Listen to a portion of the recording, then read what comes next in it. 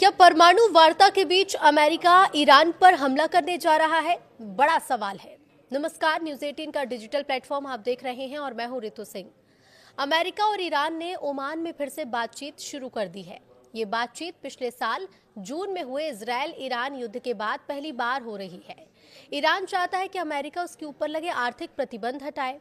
तो क्या परमाणु समझौते के लिए हो रही बातचीत के बीच ही अमेरिका ईरान पर हमला कर देगा? ये सवाल मिडिल ईस्ट के लिए ही नहीं बल्कि पूरी दुनिया के सामने एक प्रश्न बनकर खड़ा हुआ है। अमेरिकी राष्ट्रपति डोनाल्ड ट्रंप की धमकियों के बीच ईरान ने ये कहा है कि अमेरिका उसका सम्मान करे और ईरान जबरदस्ती की भाषा नहीं समझता। ईरान के राष्ट्रपति मसूद पेजेशकियान ने जोर देकर कहा कि ईरान को परमाणु अप्रसार संधि के तहत अपने यूरेनियम संवर्धन यानी एनरिच करने को जारी रखने का अधिकार है।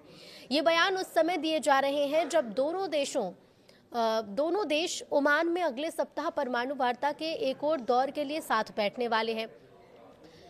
पेजेशकियान ने एक्स पर एक पोस्ट किया और इस पोस्ट में लिखा कि परमाणु मुद्दे पर हमारा तर्क परमाणु अप्रसार संधि में दिए गए अधिकारों पर आधारित है। ईरानी देश ने हमेशा सम्मान के साथ जवाब दिया, लेकिन जबरदस्ती की भाषा का सामना नहीं कर सकता। ईरानी राष्ट्रपति ने शुक्रवार को ओमान में हुई अप्रत्यक्ष वार्ता को आगे की ओर बढ़ाया गया कदम बताया और कहा कि उनकी सरकार बातचीत की पक्षधर है।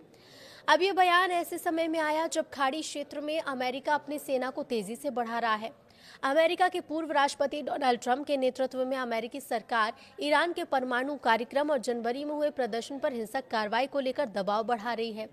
ईरान के विदेश मंत्री अब्बास अराघची ने रविवार को ये माना कि अमेरिका इस क्षेत्र में अपनी सैन्य ताकत बढ़ा रहा है, लेकिन उन्होंने कहा कि अमेरिका की सैन्य मौजूदगी से हम डरते नहीं। बता दें आपको कि जनवरी के अंत में अमेरिका ने अपना aircraft carrier USS Abraham Lincoln अरब सागर में भेजा था। पिछले हफ्ते एक रिपोर्ट छपी थी जिसमें F-15 लड़ाकू विमान, MQ-9 रीपर ड्रोन और A-10C थंडर बोल्ट विमान जॉर्डन के एयरबेस पर पहुंचे हैं।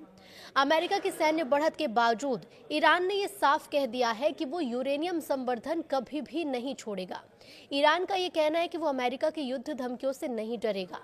अमेरिका ने पहले ईरान में सरकार विरोधी प्रदर्शन पर सख्त कार्रवाई को लेकर हस्तक्षेप की धमकी दी थी और इसी बीच ईरान ने कुछ सुधारवादी नेताओं को गिरफ्तार किया और नोबेल पुरस्कार विजेता नरगिस मोहम्मदी को एक और सजा दी।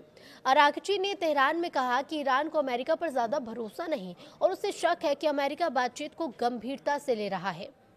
उन्होंने ये भी कहा है कि ईरान इस मुद्दे पर चीन और रूस से सलाह कर रहा है। उन्होंने कहा कि हम यूरेनियम संवर्धन क्यों नहीं छोड़ते, चाहे हम युद्ध ही क्यों ना थोपा जाए, क्योंकि कोई भी हमें ये नहीं बता सकता कि हमें आखिर करना क्या है। तो शुक्रवार को अमेरिका और ईरान ने ओमान में फिर से बातचीत शुरू की। ये बातचीत पिछले साल जून में हुए इजरायल ईरान युद्ध के बाद पहली बार हुई। ईरान चाहता है कि अमेरिका उसके ऊपर लगे आर्थिक प्रतिबंध हटाए और बदले में ईरान परमाणु कार्यक्रम को लेकर भरोसा बढ़ाने वाले कुछ कदम उठाने को भी तैयार है। पश्चिमी देश और इजरायल का कहना है कि ईरान परमाणु बम बनाना चाहता है, लेकिन ईरान इससे इनकार करता है। अराघची ने कहा कि वो हमारे परमाणु बम से डरते हैं, जबकि हम परमाणु बम नहीं चाहते। हमारा असली हथियार बड़ी ताकतों को ना कहने की ताकत है। तो अमेरिका और इजरायल चाहते हैं कि बातचीत में ईरान के मिसाइलें और क्षेत्र में सशस्त्र समूहों को दिया गया समर्थन भी शामिल हो, लेकिन ईरान इसे मानने से इनकार करता है। इस बीच अमेरिका ने ईरान के तेल निर्यात को रोकने के लिए नए प्रतिबंध भी लगाए। तेहरान में अराघची ने कहा कि लगातार प्रतिबंध और सैन्य कार्रवाई ये शक पैदा करती है कि दूसरा पक्ष वास्तव में ईमानदारी से बातचीत करना चाहता है या फिर नहीं।